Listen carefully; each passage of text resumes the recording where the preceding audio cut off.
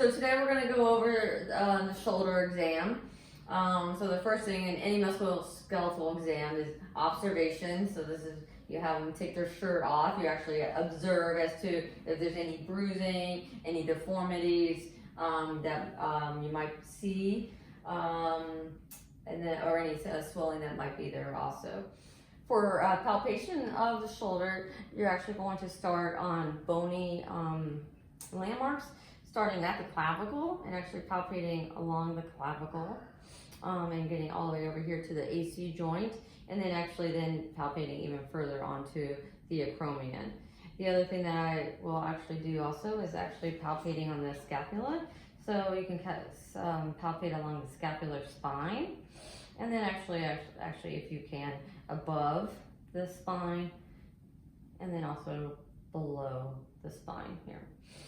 After you palpate on the bony landmarks, then you are going to palpate soft tissue. So I actually will start, and I will actually come down to the anterior shoulder, where anterior shoulder tenderness can be from the rotator cuff pathology and or from the biceps. If you want to know that you're at the biceps, you can actually move the arm and then feel underneath when you are feeling for the biceps if you're having any difficulty trying to palpate the difference between biceps and also rotator cuff.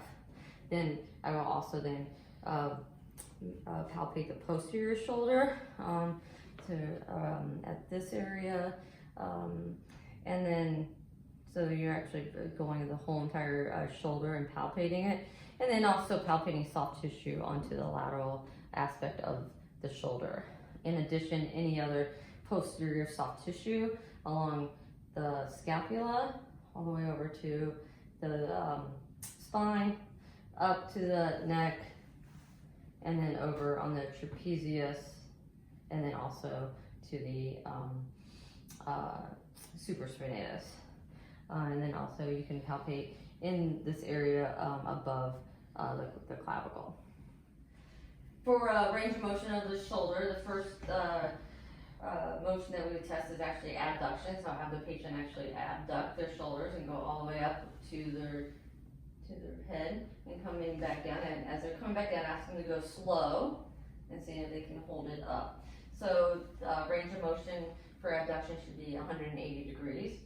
And then testing for forward flexion, have them go from their hands at the side and going up and going all the way up to where you should, up to the head, and then coming back down again. And that should be 180 degrees. Next motion that I test is actually external rotation, and I have them have their elbows next to their side, and then have them go out as much as they can. And then coming back in. Important to have them with the elbows by the side. Then while they're in this position, I will actually have them test for the range of strength. And so I will have them push against me and testing for strength. Next motion is internal rotation. What I like to test for internal rotation is having them actually reach back and going and reaching their hand as much up their back as they can. And I will actually compare and have them do the other side to compare to see how far up on both arms they can reach up, and then also if there is a difference. And so for him, you see that there is a difference in his range of motion. While they're in that position, I will actually test for strength.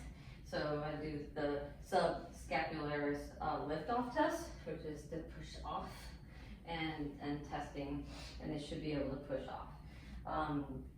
And then there are a couple other tests that we can test for strength of supraspinatus, and that is actually the bear hug. All right, so in which he reaches across like with his hands, and then he's going to actually try to hug himself, and you're actually going to try to pull his arms off at the elbow. The other one is also, they can't reach up that way, is actually the tummy press, and so the same idea, and then you try to pull off. Some patients may not be able to do these motions for external rotation and internal rotation, so another option is actually to test internal rotation and external rotation with the shoulder at 90 degrees abducted. So what they will do is go up like this. All right. So what you're doing is when you're testing, you have them go reach back, and then you're gonna have them reach forward, all right? And so this is internal rotation going down, and this is external rotation. Some patients might not be able to reach all the way back with external rotation, but they might be able to have more internal rotation. As long as it's a 180-degree arc, that is the important aspect of that range of motion in that position. The next step that I do is actually test for supraspinatus strength. So this is an empty can test. Have them reach forward. Actually, what you can do is have them with their thumbs down. This is considered empty can, but you can do it full can. And then what you're going to do is you're going to actually press down, and they're going to press. You can tell them to raise their arm up. Some patients, this might be painful if the supraspinatus is inflamed or has a tear. So I instruct them to be very consignant to try to push against me for the pain, so I can actually test for their strength. Then the next aspect of the shoulder exam is a special test. There are a lot of special tests for the shoulder, and just keep in mind that the specificity for some of these tests are low, but we will show you the test. The first test that I do is actually have them doing speeds test, which is actually reaching out. And then what I do is they're gonna push up against resistance. So they're pushing up, I'm pushing down. If they have pain in the biceps region, that constitutes a positive test. While they're in that position, I will have them go with thumbs down in this position, and then I'll have them again push against resistance as I'm pushing down, and that is O'Brien's compression test, and that is actually for testing for labral tear. Then as they're in that position, I will actually also have them do a Neers impingement test, and this is where you're actually pushing the patient's arm to 90 degrees. A good way to remember, or down to 180 degrees. A good way to remember this is near the ear for Neers. And this is for impingement, and a positive test is pain.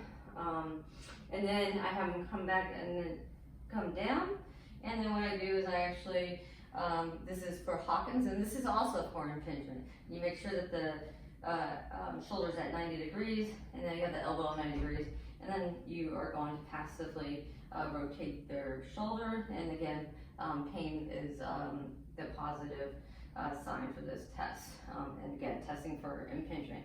While I have them in this position, now I will actually take their arm, and I will do the crank test for labral tear, which is actually basically pushing at their elbow, pushing the humeral head into the glenoid and trying to push on it, and seeing if you have a crepitus or any clumping.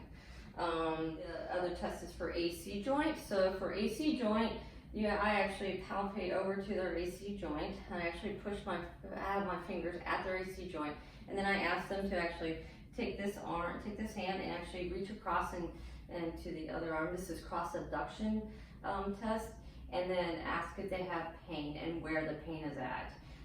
It is very important that some patients, if you just ask if they have pain, they might say yes because they have pain down in the lateral arm, and so that is why I actually will ask them, do you have pain and where my fingers are at? So actually testing for the AC joint. And then the other thing is now for instability. There are several tests for anterior instability. You have the anterior apprehension test. Sometimes what you can do is actually have the patient laying down, so you actually stabilize their scapula while doing this, because that is a very important point. But what you have them do is have them put their shoulder up to 90 degrees, and as I said, I'm stabilizing scapula, and then I'm going to try to push humeral head actually forward while I'm doing this. And you ask if they have pain, but the more important aspect of this is that if they feel like their shoulder is going to dislocate. If they will be very apprehensive and won't want you to do this test anymore. And then if you want to test for inferior dislocations, it's a sulcus sign. And so that's when you will pull down on their shoulder, and then what you'll see is you will actually see, he does not have one, but you'll actually see a dimple or right here in that area. Other thing you can do is for posterior impingement, you can actually have them while you're holding here and have them actually trying to move their arm in this situation while actually also pushing their humeral head to the posterior position to see if you can actually dislocate or feel any give while you're doing that in the posterior aspect of their shoulder. Another test I like to do for instability is also the load and shift test. So I actually will grab the humeral head with my fingers, and then I will actually stabilize shoulder, and actually I will actually try to move the humeral head and to see if I see any laxity in the shoulder here. The other thing that you would want to do is also making sure that they're neurovascularly intact. So that means sensation, also if they feel any numbness, tingling to like touch. And if they do feel that, you can actually do even more testing to test for their neurovascular status. This concludes the shoulder exam.